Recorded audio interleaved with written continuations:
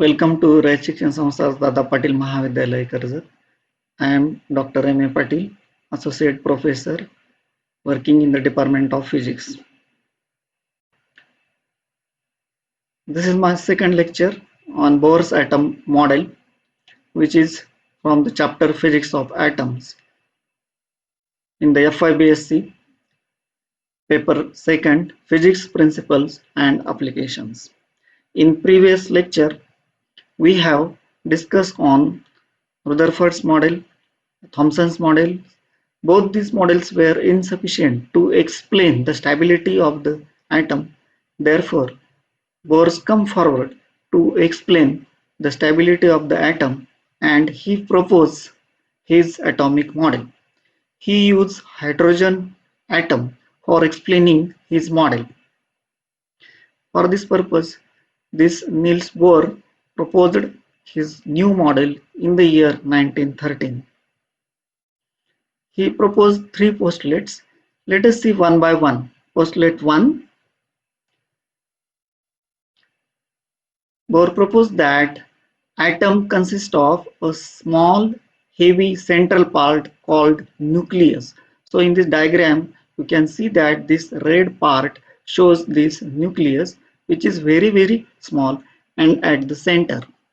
And we suppose that the whole mass of the atom and the total positive charge on the atom is concentrated in the nucleus at the center.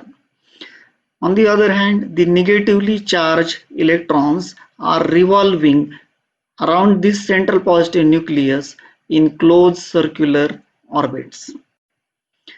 He said that the centripetal force required for rotation is provided by the electrostatic force of attraction between the positive nucleus and the negative electrons.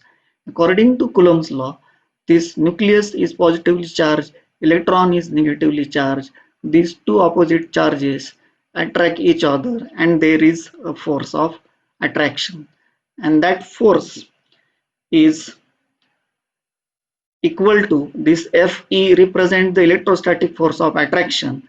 It is given by 1 upon 4 pi epsilon 0 Ze square upon R square, where Ze is the charge on the nucleus and E is the charge on the electron. On the other hand, the centripetal force required is given by mv square upon R, where R is the radius of this orbit and V is the velocity, orbital velocity with which the electron is revolving around this nucleus. So this centripetal force is acting towards the center, towards the nucleus. On the other hand, the electrostatic force of attraction direction is outward. So if we combine this equation, both these forces are equated from the first postulate. The equation is mv square upon r equal to 1 upon 4 pi epsilon 0 Z square upon R square.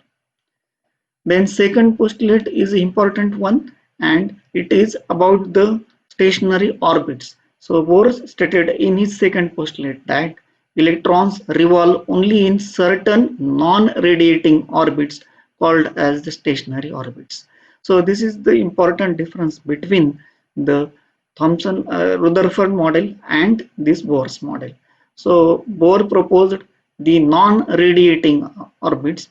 It means that when electrons are revolving in such a orbits, no energy is radiated, the energy remains constant. So such orbits are called as stationary orbits. And hence there is no loss of energy when electrons are traveling along these circular paths.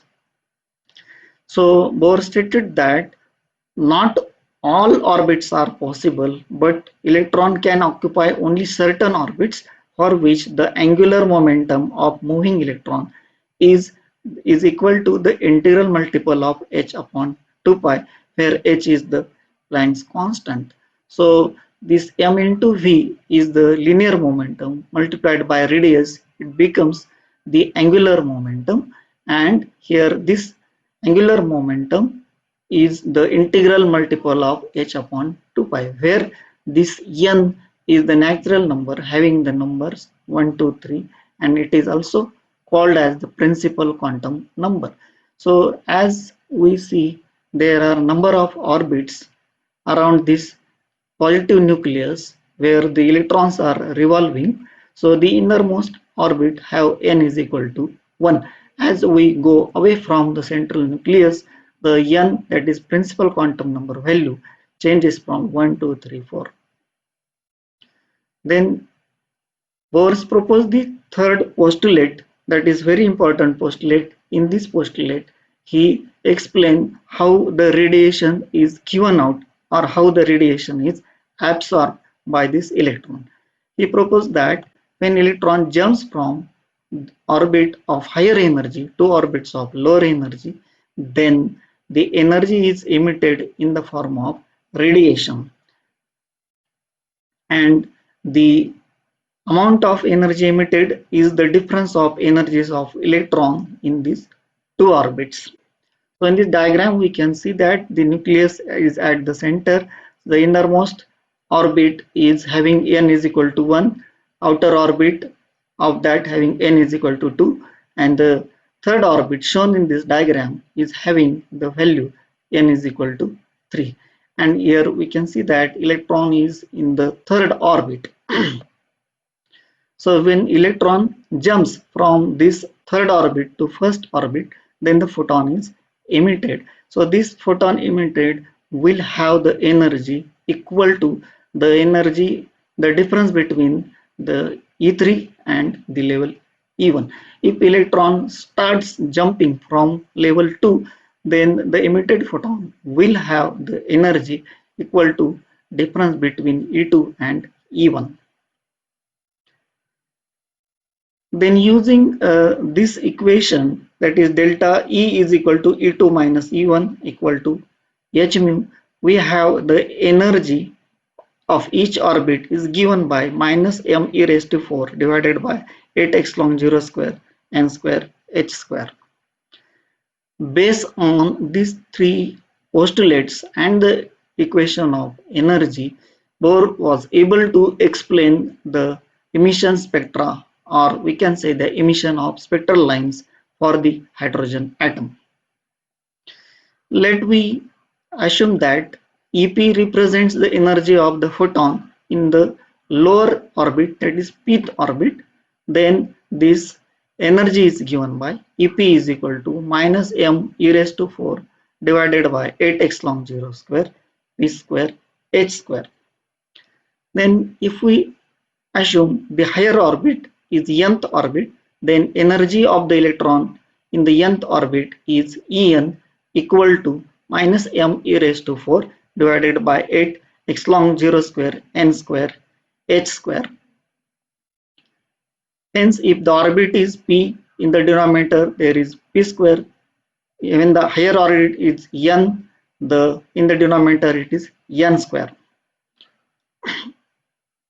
When electron jumps from higher orbit to lower orbit, then there is emission of the radiation with frequency mu. Then it is given by h mu is equal to En minus Ep equal to minus m e raised to 4 divided by 8 long 0 h square in the bracket 1 upon p square minus 1 upon n square. So in this expression, we can see that in the bracket first denominator is p, which is the value of lower orbit, and second value is of n, which is the value of the orbit from which the transition is started, that is the value of the higher orbit. So we can see here how the spectral lines are emitted or spectrum of hydrogen atom is formed. So here we have these levels: n is equal to 1, n is equal to 2, n is equal to 3, n is equal to 4, 5, 6 and 7. From these equations we can see that the energy is inversely proportional to square of the n square, principal quantum number. So as this n value increases, we can see that the difference between the energy levels goes on decreasing and decreasing. So for higher value of the n, the energy levels are very close to each other. Or as n tends to infinity, there is no separation in the energy levels, but continuous spectrum can be observed. So we can see how different the series are emitted in this hydrogen atom. So the wave number is given by mu bar is equal to r in bracket 1 upon p square minus 1 upon n square, where r is the Rydberg constant, p is the lower orbit, and n is the higher orbit. Based on this equation, different spectral lines are emitted and then different series are formed in the hydrogen atom. So here we can see that the transition is from n is equal to 2, n is equal to 3, n is equal to 4, like this. From higher orbits to lower orbit level is fixed and it is n is equal to 1. When such spectral lines or group of spectral lines is formed, it is referred as a Lyman series, and the wavelengths of these lines, these radiations corresponds to ultraviolet region. Then we can see that when the transition is at level n is equal to 2, from the higher level n is equal to 3, n is equal to 4, n is equal to 5, n is equal to 6, n is equal to 7, then a series is formed. That series is called as Balmer series, and this lies in the visible range. So the first line in Balmer series is called as H alpha line, the second line is called as H beta line, H gamma line, H delta line, like this. Another series, when transition is at level n is equal to 3 from the higher orbits, it is called as Paschen series, and it rises in the near infrared region. The wavelengths of these spectral lines corresponds to near infrared region. Next series is when the transition is at level n is equal to 4 from higher orbits like n is equal to 5, n is equal to 6, n is equal to 7, and the wavelength lies in the range infrared region. Next series is the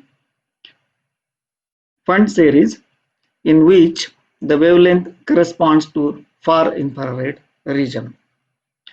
So in this way, this Bohr's model can explain the emission of spectral line, which was one of the drawbacks of the Rutherford's model.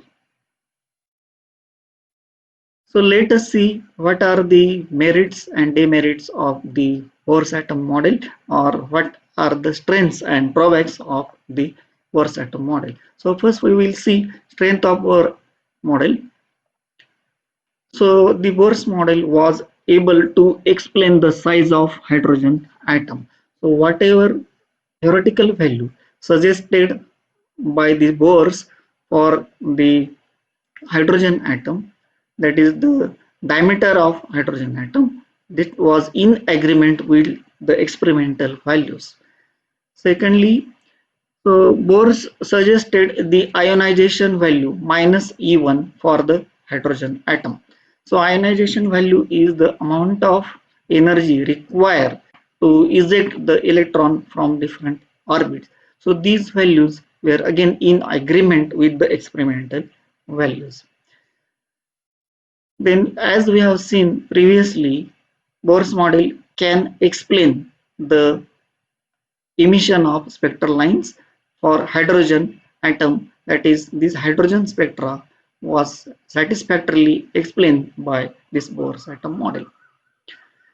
The very important conclusion of Bohr's atomic model was that he said energy levels are quantized, means he said that the energy levels are not continuous one, but they are discrete one. The previous model, Rutherford model, suggested that nucleus is at the center and electron cloud is over it, but it cannot satisfactorily explain about this electron cloud that is the stability of the atom, but Bohr's model give the explanation for this electron cloud. Though this Bohr's model was superior to previous two models, Thomson's model and Rutherford's model, still there are certain shortcomings or drawbacks of Bohr atom model. So first, Bohr atom model was able to explain the spectrum of hydrogen atom. Hydrogen atom is the simplest atom or the smallest atom. But if we want to apply this model for larger nuclei having more number of protons, more number of electrons, then a lot of modification is necessary to explain the heavier nuclear spectrum. Second, this Bohr's model was unable to explain the fine structure. The fine structure means that the splitting of the lines takes place. For example, if the sodium line is there, then K alpha, K beta lines are observed. So this is called as fine structure. Bohr's model could not explain such a fine structure. Third point, this Bohr's model could not explain the increased number of spectral lines when placed in electric and magnetic field.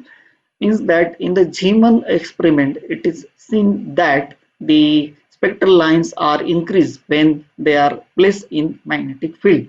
So Bohr's model could not explain these experimental facts. It was also unable to explain the relative intensity of the spectral lines. That means if we observe the spectra of the atoms, certain lines are intense lines and another lines have relatively low intensity. So such a high intensity and low intensity lines in the spectrum could not be explained on the basis of this Bohr's atom model. It was also unable to explain the distribution of electrons in the orbits. So as we know that the electronic configuration is there, the number of electrons in the first orbit, second orbit, third orbits, they are fixed or they are distributed according to certain rule. But Bohr's atom model could not explain how this distribution takes place. So these are certain shortcomings of this Bohr's atomic model. Thank you.